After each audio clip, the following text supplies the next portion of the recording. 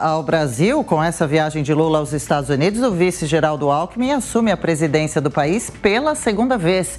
Bruno Pinheiro, de volta ao Jornal da Manhã. Bruno, relembra pra gente, por favor, quando foi a primeira vez que Alckmin ficou presidente em exercício, já nesse que é o segundo mês do governo atual? Relembro sim, Adriana, não muito longe. No último dia 24 de janeiro, quando Lula viajou à Argentina, na sequência ao Uruguai, uma viagem de 4 dias. Alckmin assumiu aqui o Palácio do Planalto, uma agenda, recebeu diversos nomes aliados aqui na presidência da República, mas não aceitou ficar na mesma sala onde é a sala de Lula ali, não aceitou nem sentar na cadeira de Lula. Essa foi uma informação revelada durante aquela reunião com os 27 governadores. Lula insistiu que Alckmin fique realmente na condição do presidente da República, utilizando a mesma sala, inclusive e sentando na mesma cadeira. Lula reafirmou que vai viajar muito. É tão verdade que já estão organizando a viagem de Lula à China, que deve acontecer no início do mês de março, e será uma viagem um pouco mais longa, de aproximadamente uma semana. É a expectativa, uma viagem muito mais rápida do que essa nos Estados Unidos, que vai durar cerca de 24 horas. Já aproveitando e adiantando essa viagem sobre a China de Lula, a expectativa é que seja retirado da agenda essa discussão sobre o conflito russo, ou seja, que seja falado muito mais sobre alianças contra a fome do que o conflito entre a Ucrânia e a Rússia. Então, essa viagem está sendo acertada, o dia exato não foi confirmado. E aí será então a terceira vez que Alckmin vai assumir a presidência da República. A gente continua acompanhando essas movimentações. Vale ressaltar que Alckmin está em exercício ainda nesta sexta-feira. Lula só deve retornar à capital federal amanhã, após o horário do almoço. Perfeito. Adriana. Bruno, já se sabe a agenda, quais devem ser os compromissos de Alckmin agora no comando do cargo mais importante do país?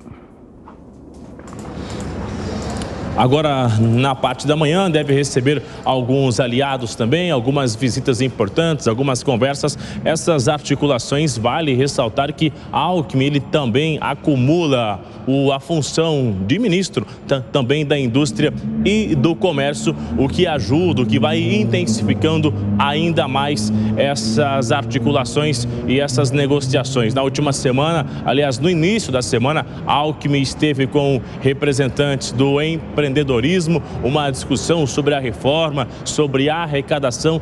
Esse tem sido um assunto muito intenso de Alckmin aqui na capital federal. A gente vai acompanhar então essa movimentação aqui no Palácio do Planalto, que ainda não é tão agitada de quando Lula está aqui no Planalto, que recebe diversos nomes, mas conforme o dia vai amanhecendo, a gente vai atualizando o que é importante você ficar sabendo, Adriana. Com certeza. E Bruno, você já volta com a gente por aqui, viu? Roberto Mota, 2 pontos para a gente analisar dessas últimas informações de Brasília. Essas diversas viagens iniciais do novo governo, feitas agora por Lula, que já prometia em campanha tentar refazer algumas ligações internacionais, relações com outros países, e também a relação Lula-Alckmin, né, que muito se questionou quando o vice foi anunciado. Parece estar funcionando essa parceria, Mota?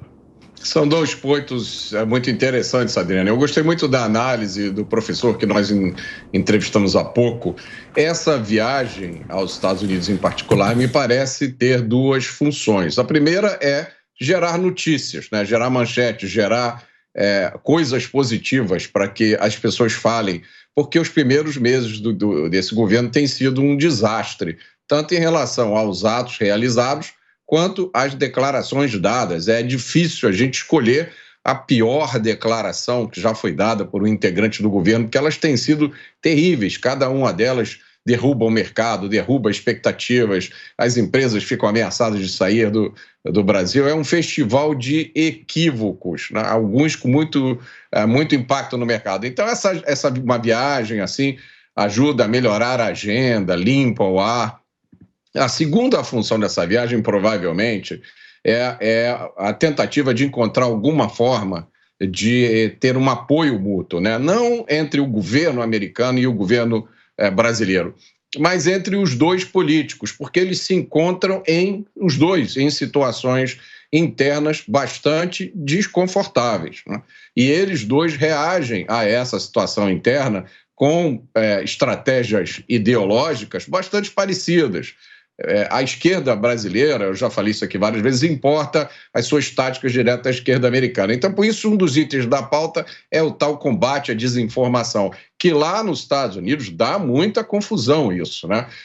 A gente viu a história da supressão de informações do laptop do filho do Biden, a gente viu a documentação que foi publicada mostrando a interferência ilegal e inconstitucional do governo americano no Twitter. Então, isso não é tratado lá como é tratado aqui. E a outra coisa é essa pauta, né, de fim de embargo a Cuba, como se o governo americano estivesse muito preocupado com a opinião do governo brasileiro sobre esse assunto. Então, eu acho que essa viagem é isso, né? Gerar notícia boa. Além do mais, quem não gosta de viajar para os Estados Unidos com tudo pago, avião privativo, hotel de luxo, comitiva. E aí vem a história do Alckmin, né, que é uma dinâmica muito peculiar do Brasil. O presidente viaja, o vice assume a presidência da República. É uma oportunidade para alavancar a atividade política. Isso não acontece, até onde eu sei, na maioria dos países. O presidente viaja, continua presidindo de onde ele estiver. Não sei se isso é uma demonstração de um alinhamento, de uma boa convivência, até porque está muito cedo no início desse governo. Mas, com certeza, é um teste.